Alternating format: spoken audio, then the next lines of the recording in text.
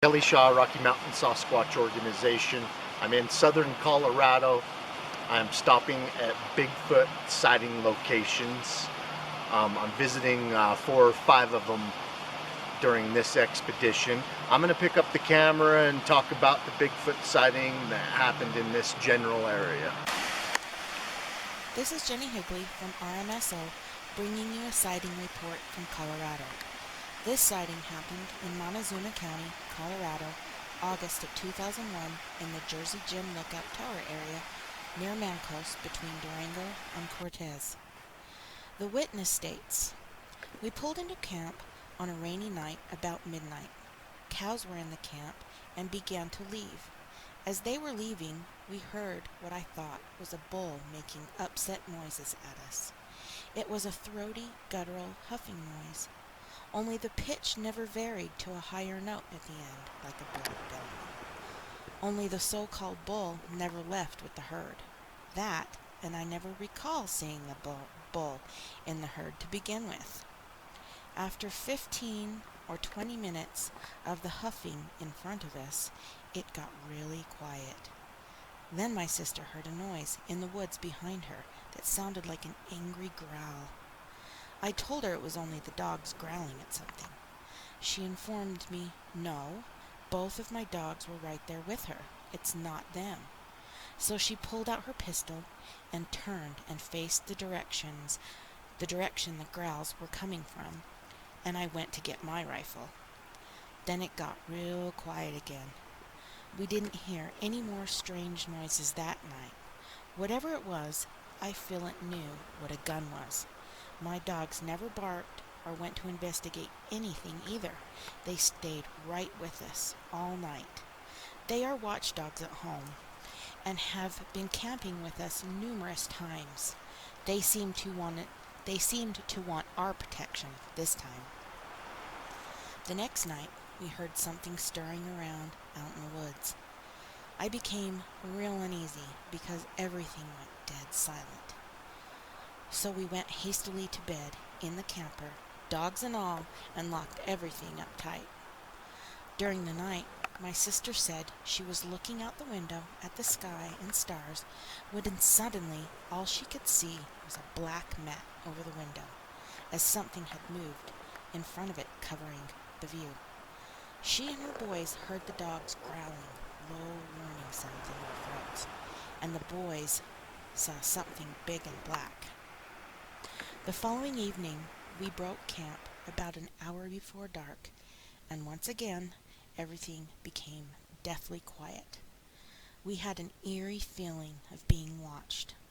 We finished loading up about dark, and as we started to leave, it became a downpour. I was driving slow down the mountain, about 5 to 10 miles an hour for safety reasons. At one point, my sister commented about one lone bushy pine tree amongst a grove of aspens as the headlights flashed across them. About halfway down the mountain, another vehicle caught up with us and informed me my doors were open on my trailer. So we stopped to close them. My lock had been broken. When we got to town, we stopped at a gas station, and there I noticed handprints and muddy smears on the camper. They were too high for any of us to reach and were way bigger than any of ours. One of the handprints was very clearly, to me, one belonging to what appeared to be primate. That is when I noticed the lock had not only been broken, but clearly the lock had been twisted until it broke, instead of just popping off, like I thought at first. Obviously, we were coming down off the mountain slow enough for whatever we had heard to follow us and check out our trailer. We had just built the camper on the trailer, and it was a nice shiny sheet metal one with the door opening on the rear of the trailer. The follow-up investigation reported by BFRO investigator Stephen Coy goes on to read, "I visited the family in their home in New Mexico a week later. I spent almost an hour and a half with them discussing their experience and investigating the trailer. There were still observable signs on it, though much had faded or washed away. Some of the signs, or handprints, were above the window, where the sister had observed the black mat against the window in the middle of the night. Also at the back of the trailer toward the top, which was 8 feet from the ground, was one of the mud smearings. This investigator is 6'2", and the tips of his fingers fell a foot short of the prints when he stretched up to try to reach them. On the opposite side of the trailer, there was still a definable print of what appeared to be the right handprint of a primate. The right edge of the hand was discernible, and 12.5 inches up from the palm were the fingertips. I would guess the fingers were curled up at this time because it seems the creature was filling out the trailer in the night. The occupants heard what sounded like fingernails being scraped over sheet metal. A tarp was tied down over the unweatherproof top with bungee cords. Twice a cord at the rear corner of the trailer was twanged during the nighttime experience.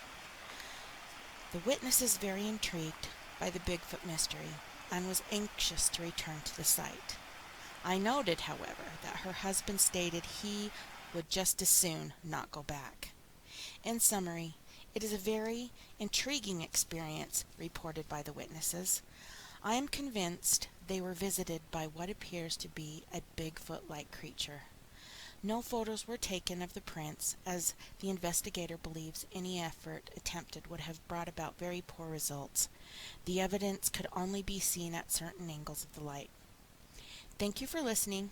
Keep on watching, 'cause we're going to keep on squatching.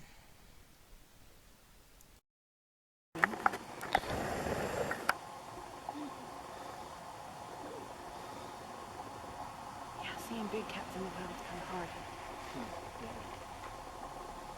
Oh, yeah, there he goes. You can still see him? Oh, yeah. You can see the big old tufts of hair at the end of his ears. No.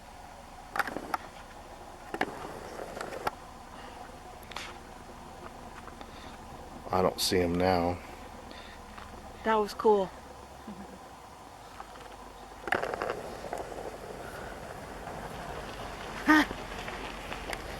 Well, I think I recorded him for like 5 seconds.